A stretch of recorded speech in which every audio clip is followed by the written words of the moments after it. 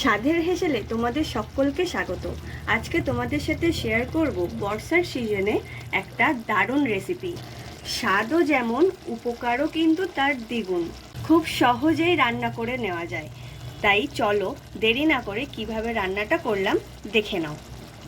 সবার প্রথমে শাপলাগুলো খুব ভালোভাবে ছাড়িয়ে নিতে হবে। শাপলা কাটা কিন্তু খুব সহজ একটা ব্যাপার। শাপলা কাটতে ছুরি বা বঁটি কোনোটাই লাগে না, হাত দিয়েই কেটে নেওয়া যায়। আমি যেভাবে ছাড়াচ্ছি সেইভাবে তোমরা ছাড়িয়ে নিও। ঠিক এইভাবেই শাপলার গায়ের থেকে একটা একটা করে আঁশ ছাড়িয়ে নিতে হবে। আঁশ ছাড়ানো হয়ে গেলেই এরকম ছোট ছোট টুকরো করে কেটে নিতে হবে। কাটা হয়ে গেলেই শাপলা কাটা রেডি হয়ে যাবে। তাহলে শাপলা কাটা খুব সহজ তো।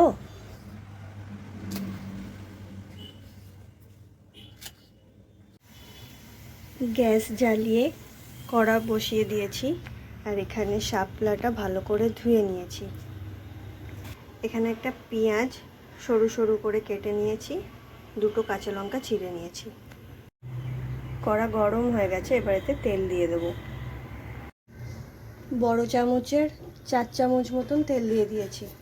এবার এতে দিয়ে দেবো কালো জিরে ফোড়ন।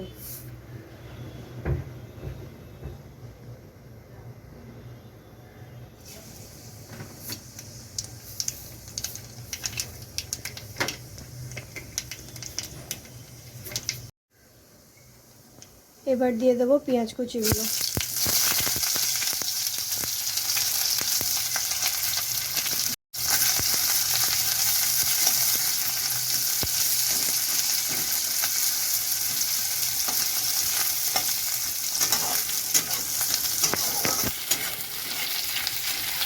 পেঁয়াজটা হালকা ভাজা হয়ে গেলে তারপরে এর মধ্যে শাপলাগুলো দিয়ে দেবো।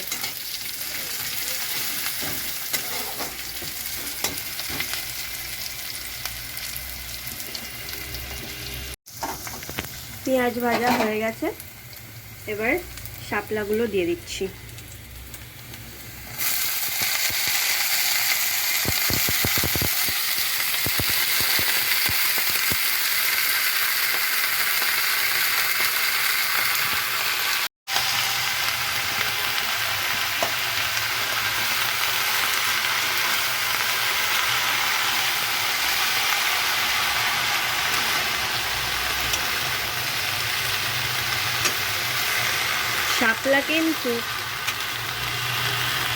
শাপলায় কিন্তু প্রচুর পরিমাণে জল থাকে, তাই ভুলেও এর মধ্যে জল দেবে না বা ঢাকাও দেবে না।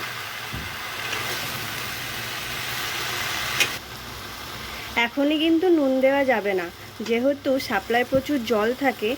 এই জলটা যখন পুরো মরে যাবে আর এইগুলো যখন পুরো সিদ্ধ হয়ে যাবে তখন নুনটা দেব, তা না হলে নুন কিন্তু অনেক বেশি হয়ে যাবে। এখন দিয়ে দেবো একটু গুঁড়ো হলুদ, অল্প পরিমাণে জিরে গুঁড়ো। শাপলা থেকে কিন্তু অনেকটা জল বেরিয়েছে, এতে আর জল অ্যাড করব না। এই জলেই শাপলাটা সিদ্ধ হয়ে যাবে আর জলটা পুরো শুকিয়ে নিতে হবে। শাপলাকে ইংরেজিতে বলে ওয়াটার লিলি। এই শাপলা বর্ষাকালে প্রচুর পরিমাণে পাওয়া যায়, অল্প পয়সায় একটা সুস্বাদু সবজি। এখন দিয়ে দেবো কাঁচা লঙ্কা। কাঁচা লঙ্কাটা চিড়ে নিয়েছিলাম। যে যেমন ঝাল পছন্দ করো, ঝালটা সেই অনুযায়ী বাড়িয়ে দেবে বা কমিয়ে দেবে। এই শাপলার কিন্তু অনেক উপকারিতা আছে, যেমন হজম শক্তি বাড়ায়, কোষ্ঠকাঠিন্য দূর করে, হাড় ও দাঁত মজবুত করে এবং হৃদরোগের ঝুঁকি কমায়। তাই অবশ্যই বর্ষার সময় এই শাপলা কিনে নিয়ে এসে বাড়িতে খাবেন, খেতেও কিন্তু অনেক সুস্বাদু। এই শাপলার কিন্তু অনেক রকমের রেসিপি হয়। আজকে একটা রেসিপি আমি তোমাদের সাথে শেয়ার করলাম, এরপরে আরও অনেক এই শাপলার রেসিপি আমি তোমাদেরকে শেয়ার করে দেব। তোমাদের সাথে গল্প করতে করতে আমার শাপলার তরকারি কিন্তু অলমোস্ট রেডি হয়ে গেছে। অল্প করে নুন দিয়ে দিচ্ছি। এবারে সেদ্ধ হয়েছে কিনা একটুখানি দেখে নেব। হ্যাঁ, সেদ্ধও হয়ে গেছে, আর একটু বাকি আছে। আর এতে নুনটা অ্যাড করে দেব। ভালোভাবে নাড়িয়ে চাড়িয়ে দেব, আর প্রয়োজন হলে নুনটা টেস্ট করে আবার দিয়ে দেব।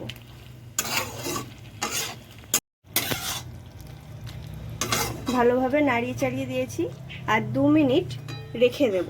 তারপর গরম গরম ভাতে সার্ভ করে দেবো।